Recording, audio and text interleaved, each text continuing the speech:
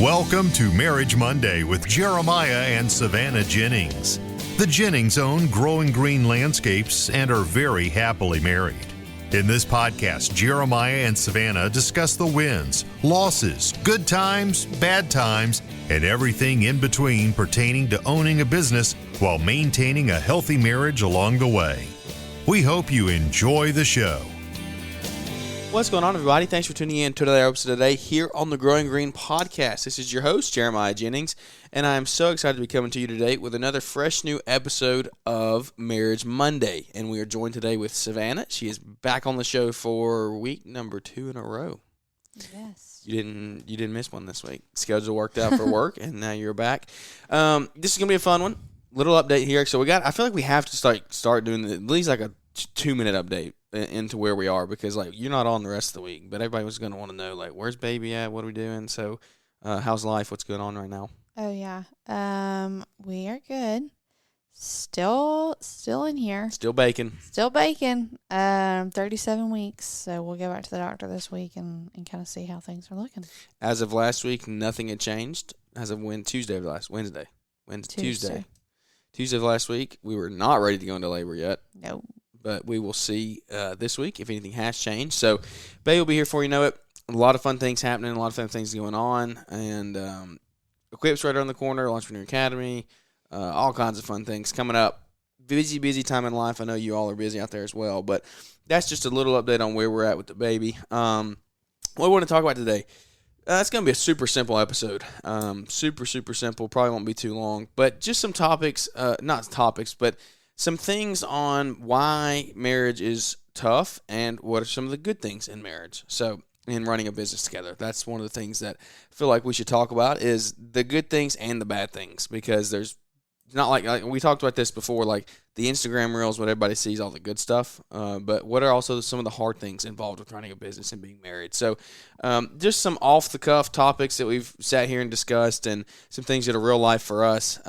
One of the things that I think we have struggled with is, and we're going to go, so we'll go bad stuff and then the good stuff to end the show, but just hop right into it. One of the tough things in running a business and being married is finding the difference between working and being married and work stopping.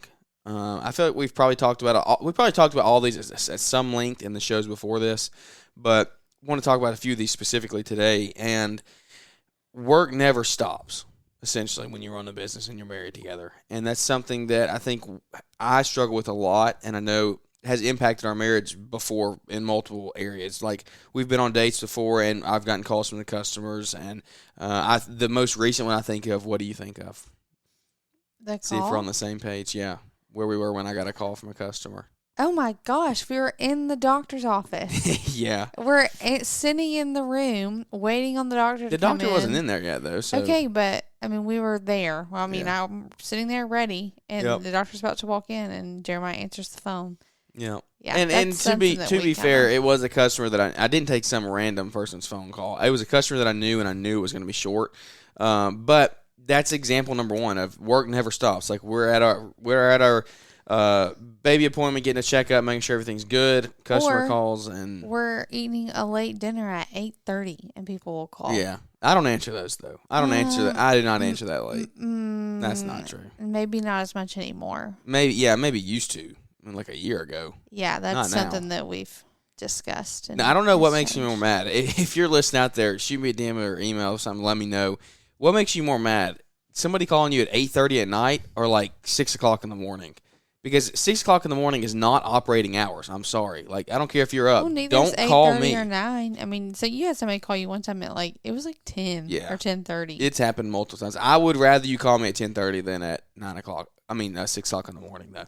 That just puts me in a bad mood to start the day. Yeah. I don't want to talk to you that early in the morning. That's not. I mean, you're barely getting up then. Yeah, exactly. So, work never stops is a tough thing, and it's something that we've had to work on and grow and adapt and work through. Is how do we handle that? And it's been tough for me because I don't know. New leads especially are tough. Like, if you're on a date and you know you're getting a new lead coming in, how do you handle that? Because you want to be the first one to answer and call them back, but at the same time, you want to respect your time with your wife and realize that y'all are together. So maybe you just send it to voicemail, and as soon as you leave or whatever, you get in the car, you call them right back and let them know. I don't really know the true answer to what you should do there, but I think in my case, we're just kind of to the point where I'm going to try to stop answering those calls when we're together unless it's something that is absolutely necessary and absolutely has to be done. Well, and it depends on the day and the time and what we're doing. Like, if you're just home on a Wednesday afternoon and we're hanging out, that's different. But if, you've been gone all day long and we're finally getting to go to dinner together at 7:30 or whatever, I'd rather you not take that call just because it's like we haven't spent any time together, and then when we go to, it's, I don't know, sometimes it never stops. Yeah. I think that aspect of it is harder for me to understand because in the same way that I like that when I clock out of work is done. I don't hear from anybody. Like, I leave my job there and come home. You don't ever get that. So I think that is more of a me issue. I mean, I don't have any control over it, but it's so easy for me to turn off work because I clock out and leave and it stays there. Yeah, that kind of goes back to the whole employee versus employer mentality and self-employed. But I don't know. I mean, I guess I've just come to terms with it. I've been doing it for 4 years. Some of you've been doing it for 10 or 15 or 20. So like, how it comes and goes, and people call when they it just makes you mad because like, you're not going to call your doctor at 12 o'clock on a Sunday. So don't call me at 12 o'clock on a Sunday. Like, yes. That just makes me mad. Weekend calls, I'll take a Saturday call. Sundays, most likely not going to happen. A new customer, like I said, I probably will a new customer, honestly, because that could be a new lead on the other end of that. And it depends on what we're doing. Like, if we're just sitting at home on a Sunday afternoon, I'm probably going to take it. But I don't know. If we're out having family day or something like that, it could be different. It's just as a general rule, I mean, the only thing there with you saying sometimes I would, sometimes I wouldn't, is you need to be consistent because then people don't know what to expect from you. And B, I mean, I just feel like people forget. I don't know. Maybe this is just showing me a new side to business operating. I don't know. But people forget, like, you're a human too. Like, you have your weekends. Life. You have a family life. You don't live to cut people's grass. Like, no. I mean, it's your business. But as a consumer, you do. Like, I mean, it was Sunday, but I was sitting on Amazon this afternoon. I was looking at things that were one-day shipping because I wanted it tomorrow, not Tuesday or Wednesday. So it was just one of those things, like, you got to learn to live with it. You have to figure out some type of plan to combat all of the unnecessary calls on Sunday afternoons. And one thing that I've actually learned, so I've mentioned this way, way back on an episode. I don't remember how far back it was, like probably 30, 40, 50 episodes ago. But it was one thing that I heard somebody say was they updated their invoices. Savannah had the largest yawn I've ever seen in my life, and she thought she was muted, but she wasn't. And I'm sorry. She's back, but not their invoices. They updated their voicemails every single day. What? Yeah, every single day. It was actually kind of cool thing because, like, if they had a meeting on Friday at 10 a.m., then they would update their voicemail starting the day Friday at 7:30 or whatever. And they would say, hey, this is so-and-so. I'm going to be in a meeting from 10 to 12 today. I won't be accepting calls then. I'll return your call as soon as possible. So that could be something you do, is maybe you do that every day of the week, and then maybe on Friday evening, you say, this is Friday at 6 p.m. I'm not going to be accepting calls from Friday 6 p.m. until Monday at 7:30 a.m. If you call, I will call you back as soon as I get back, and business hours on Monday morning. And then that just kind of gives everybody a description and some type of, like, they know when you're going to hear from you. Yeah. That's what I want to know. It's like, I want to know when I'm going to hear back. No, I understand that because I think, I don't know. I try to be understanding, obviously, but like when we're in Disney World in line at, Tower of Terror, and you're answering your phone and we're about to get on the ride, I'm like, hello, like, we're having family time right now. We're on vacation. Yeah. I don't know. It's just harder for me to understand. So that's one of those times you just update your voicemails and say, I'm on vacation. I'll return calls from 4:30 to 5 this afternoon when we're done. Like, and I thought that was a pretty cool thing. Like, it was the guy that I did some work for, actually. He was I don't remember. He was a high level up in a local company here.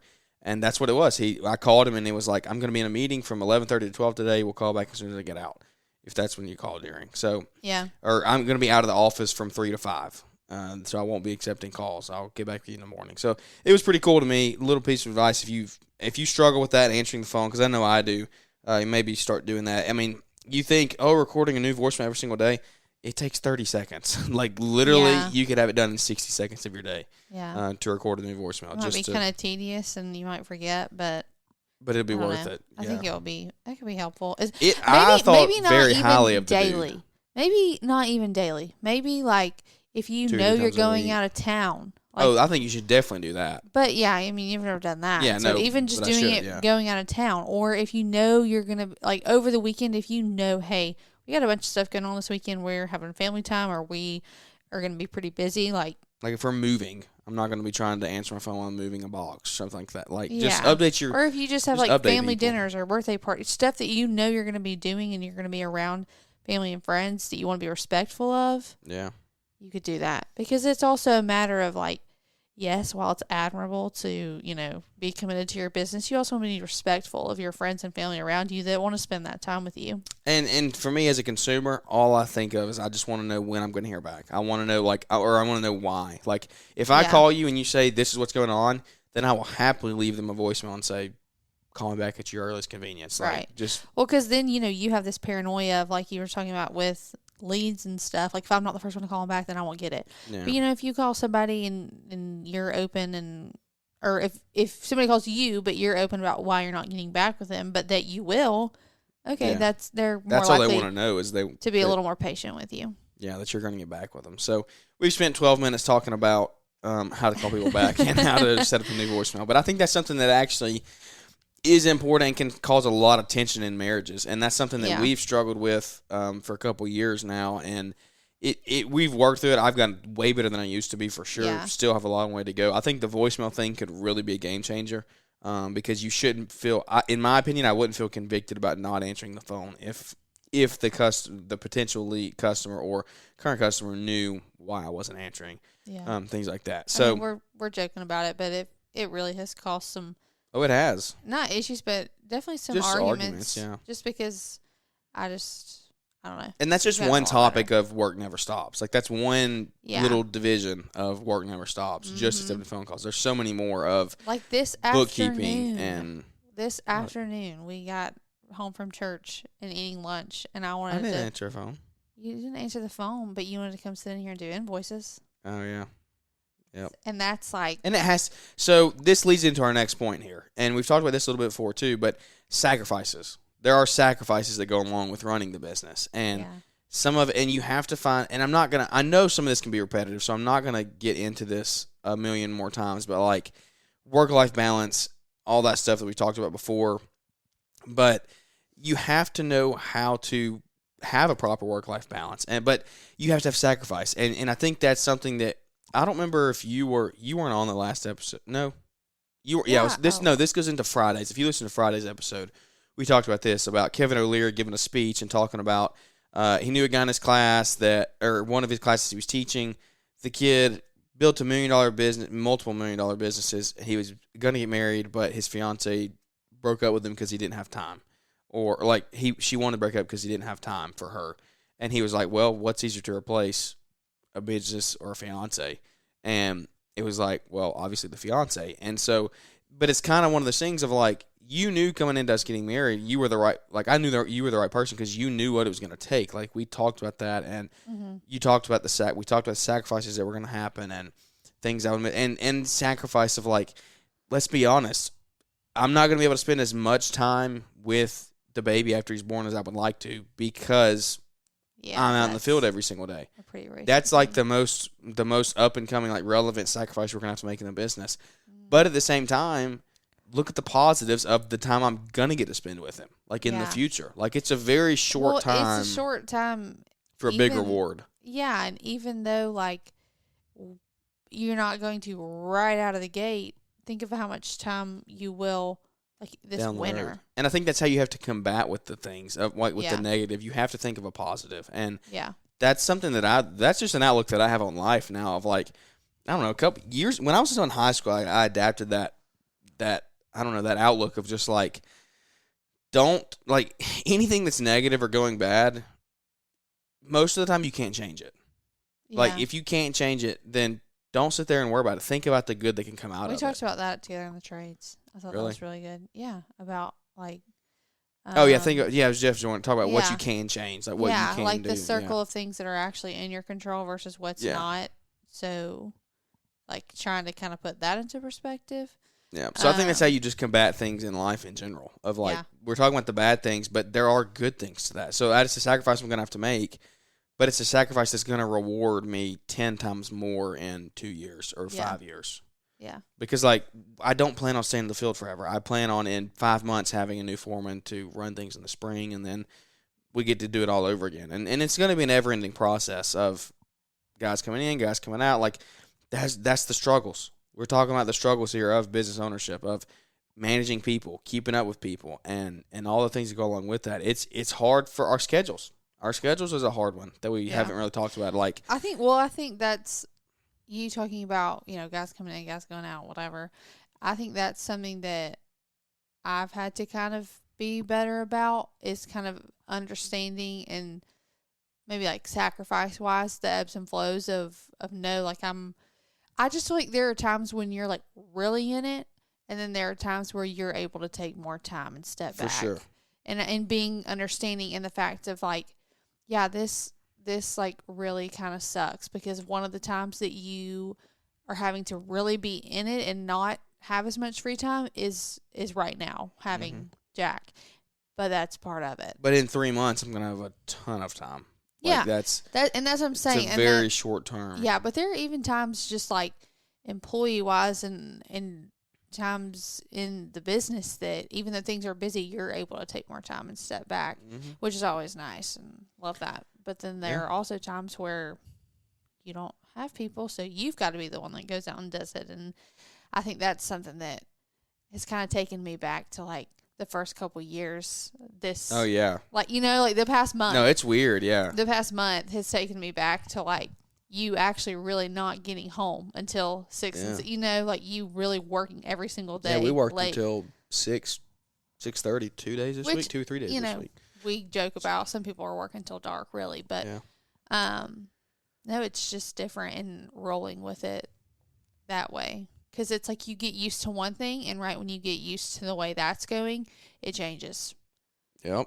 Nobody tells you. I mean, like, nobody tells you all the bad things that are involved in running a business. Well, because so like there's good things, but there are bad things, and we're telling you those. Like, well, because it's not even that like once you reach a certain point, you're there. Like something could always change. Like literally, when you get to where you're a $1 million daily. company, your you could CFO could leave, and then you're just sitting there like, well, what do we do now? I mean, you obviously hire new people. I mean, you could think you have it made and you're all set, and now I'm out of it and everything's good and I've got all this time and I'm managing from here and blah, blah, blah. And then the next day somebody gets hurt or something changes or you lose a big project you lose a contract or whatever. something. Yeah, and then you're like, oh, nope, just kidding. I'm going to be back in it and have to put in a lot more hours for the next little while, and that's just part of it. It's one of those things you can't. So we talk about you be comfortable where you are, but don't ever be satisfied.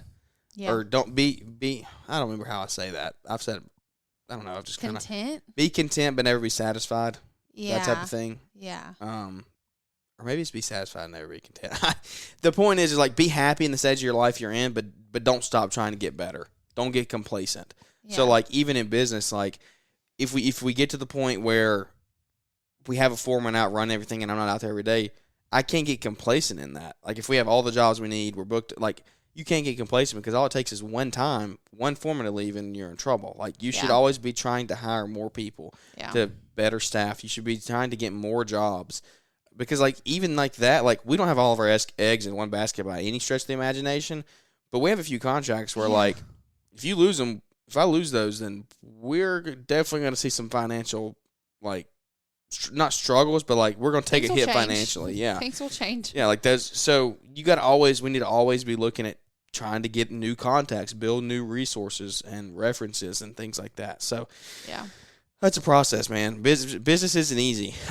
These are all things that just have come in conversation now that we've gotten going. It's like the more you sit here and think about it, you're like, wow, like it's not easy, but it's and fun. I don't know. I feel like I've learned so much, and I don't mean to sound like I don't know. I just feel like I've come a long way because it used to irritate me really bad because I would joke that I felt like you were giving me whiplash because one day I felt like we were doing this and this is what we were doing. This was the plan and this is kind of the hours you worked. And then literally the next day something would change, or I would get into what I thought was a good rhythm or routine for us.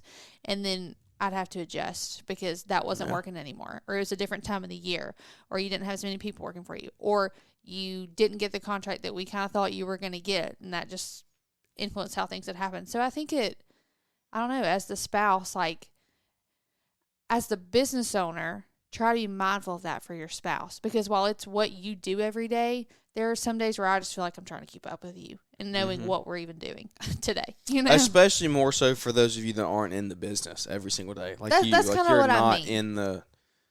you're not in the everyday thing, so you don't see, like, you're not making business decisions necessarily of like day-to-day operations. Yeah. So just like while I understand and obviously trust that whatever decision you're making is best, it still can be kind of a lot to try and keep up with because I want to be supportive, but I can't. I mean, I can be, but I can't be fully supportive if I don't know what we're doing. Yeah. But also, Sounds like the C word. yes, it does. But communication. I'm just messing. Yeah. Savannah gets mad when I talk about communication. I do not get mad. You just love I do about get it in here every once in a while. No, I just think you should just, from the spouse's perspective, just try to be mindful of your spouse because half the time we're just trying to keep up. Because we have a lot of times, whether it's our own job outside of the company or it's a mom that is a stay-at-home mom raising the kids and keeping the house kind of in order, like we all have things that we are kind of dealing with and doing on a daily basis. And so we're trying to do our roles to the best of our ability, but also be a supportive spouse and keep up with you and figure out what you're doing. So, you know, it's crazy. Yeah, it's crazy. It's not for the average person for sure. For the faint of heart. Yeah, that's what I said on Friday. But another thing here. So transition here. One more bad topic I guess we're going to talk about. And we won't talk about this too long. And I'm going to say this and preface this by like, this does not apply to us at all. Like, but I know people out there who I've heard stories of like them. So this is tough. I don't want to step on anybody's toes here, but I want to say the truth and talk about what I think actually happens out there. And it's the fact that as business owners, as business people who are married, and you are creating your own future, both financially, time, freedom, things like that, you could take leaps and bounds above some other people that are in your life. And you could, maybe some of your friends you went to high school with or grew up with, whatever, they could be doing different routes, going different areas. And it's not to say they're doing bad things. It's just to say that they're not doing what you're doing, that per se. And all these bad things that we talk about being a business owner, there are rewards. So the rewards, like when you take the big risk, it comes with big rewards. So the big rewards could be having unlimited time freedom or pretty close to unlimited time freedom. You could potentially reach financial freedom and be to where you could go do whatever you wanted within reason. I mean, we could probably preface with saying maybe this is something that we talk about because of how young we are. Yes. So I mean, I don't know. It's tough. Like I said, if anybody that we know is listening, this doesn't apply. No. This doesn't apply to any of our friends or anybody like that. I've just seriously heard stories about this. Because, the average person at 21, 22, 23, they graduates college and you get a starting position in a company. Yeah. And it just takes years. If you go the traditional way, we've joked about how like I did, he didn't, whatever. It takes you a while to move up or advance in a company to where you have things like more time off, or you're getting paid, or you have the vacation time, or you don't have to take it work, or take your work That's home. A good spin on it, yeah. Or you don't have to work 80-hour week. You know what I'm saying? A lot of people start out right out of school doing the grunt work in companies, like at an entry level. Yeah. So that's what we mean. Like, I just feel like sometimes I have to think about it to myself because like I'm 22, you're 24. We are both very young. There's guys out there way younger than me. There's guys that I know that are 19. Yeah. Christian Schlegel from CNI, like guys like him, $1 million companies, and the kid's 19. Like most people his age are in debt in college somewhere or starting at some base level company. Yeah. And it's not to say like, oh, look at us, look where we are. Not at all. But it's to say, look, these are some of the rewards that do come from the big risk and the struggles that are in business. Is we might get to go do more things than you do at this point in life. Yeah, like the fact that you're 22 years old, and I'm thinking about last year, like we did a lot. I mean, we traveled a lot last year. Yeah. I mean, we got to do to get on the trades, which was in the height of in the peak of summer. Yeah, we took. I mean, multiple. But like you got to take. I'm thinking about like your time off. Yeah, just the days off. Not everybody has the luxury of being able to delegate and just not go to work. For sure. Like we went to Disney World for 8 days or something. Yeah. Crazy. Which is just... Well, and the thing is, and we have friends that joke with us that are like, oh, well, where'd you go this time? Or where's your next vacation? Things like that. And I don't ever want to be pretentious and be like, well, look at me. Look what I've done. Like, that's not it at all. It's not the mentality that we have. No. It's just the fact of, like, if you're listening, if you're going through the struggles right now, you're in the tough times, like, know there are positives. And we are not financially free. I do not have unlimited time. We're sitting here talking about right now, like, I'm about to sacrifice a lot of still in the field, still have a long way to go, a lot of building to do. Accounts drop us, we're in some financial, not trouble, but we have to reevaluate it and figure out new leads and new tactics to bring more income. So just think about that of when you are going through the tough times, remember there are positives. And the positives are that you can get to the point where you have really, really good time freedom. And for me and for us, I think together is other things.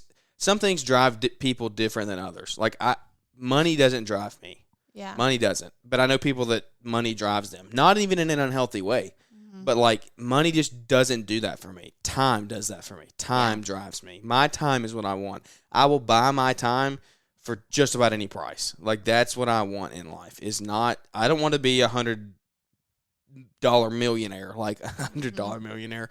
What is the word for that? 100 millionaire? Like millionaire that $100 million, like that's your net worth. I don't know what the word for that. I'm not smart enough for that. That's it's above my thinking. But like, I don't want to be $100 millionaire. Like, that's not what drives me. What drives me is being able to have time to go do the things we want to do as a family and to spend time together and create memories. Because growing up as a kid, like we didn't get to go on vacations. My dad's a pastor. Like he's been in ministry. We lived off that. We always had what we needed, but we didn't have a lot of extra and things like that. So for me, it's just I want to have time, and I want to figure out a way to buy my time back. So with that, obviously you need money to do it.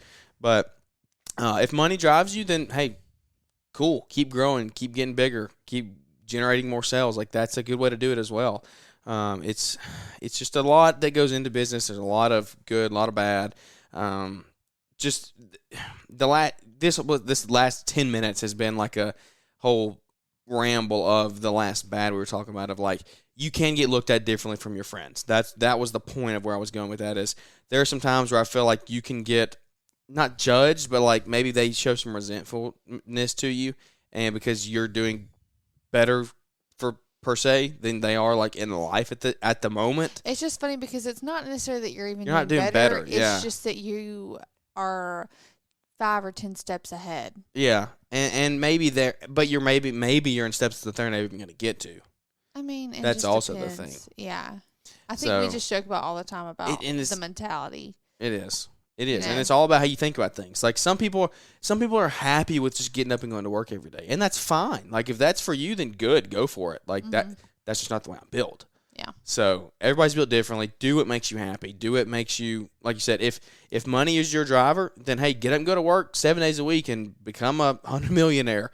Like that's cool for you. That's not for me. Time is what I want, and that is what we're working towards. So obviously, want financial freedom eventually, but time is what's important to me right now and in the next little bit. I think another benefit. So we've kind of transitioned into the benefits of a business here as we wrap this one up. Is the influences you get to have over people, and it's not like I said, it's not a pretentious looking down like look what we've done. I can help you, but even in this podcast.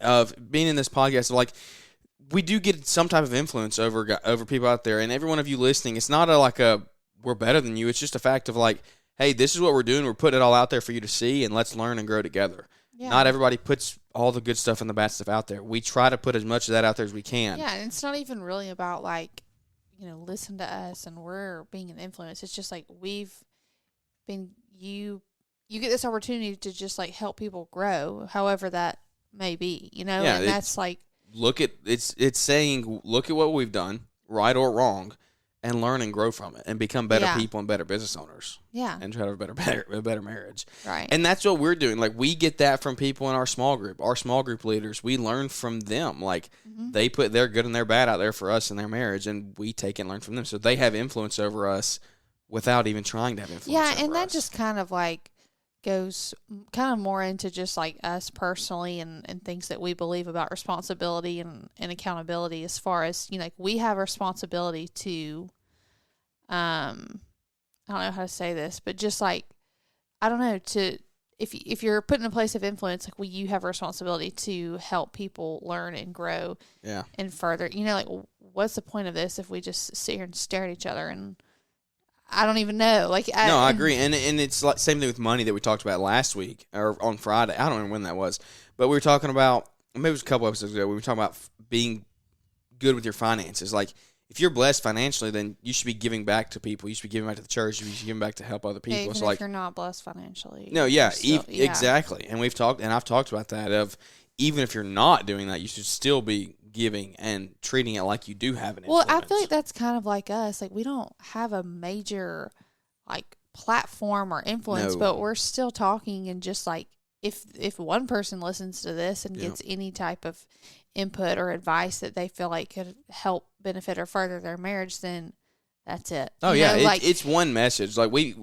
got a message this week that really touched me, just talking about just things he's going through in his life and things him and his girlfriend are going through, and it's just like they were just telling me about how Marriage Monday has helped them, and so it's cool to me to see that we're helping somebody out there. Yeah, but honestly, like at the end of the day, and this kind of goes back to what for us, what we believe. Like, it's not even, we don't do it for messages like that. Like, not for that. We do it because like the Lord has given you this podcast, and we kind of feel like this is something that we should do, and so we do it kind of out of obedience to that.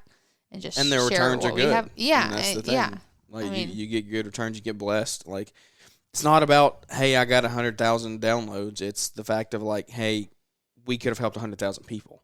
Yeah, like, that's the way you look at things. That's the way I look at it, at least. Yeah, things like that. So, well, last point, and this is kind of just to sum everything up, is just at the end of the day, when you own a business and you have and you're married and you work together, you build this life that you want. At the end of it, you control your life. You control your outcome. You control where you are in 10 or 15 or 20 years.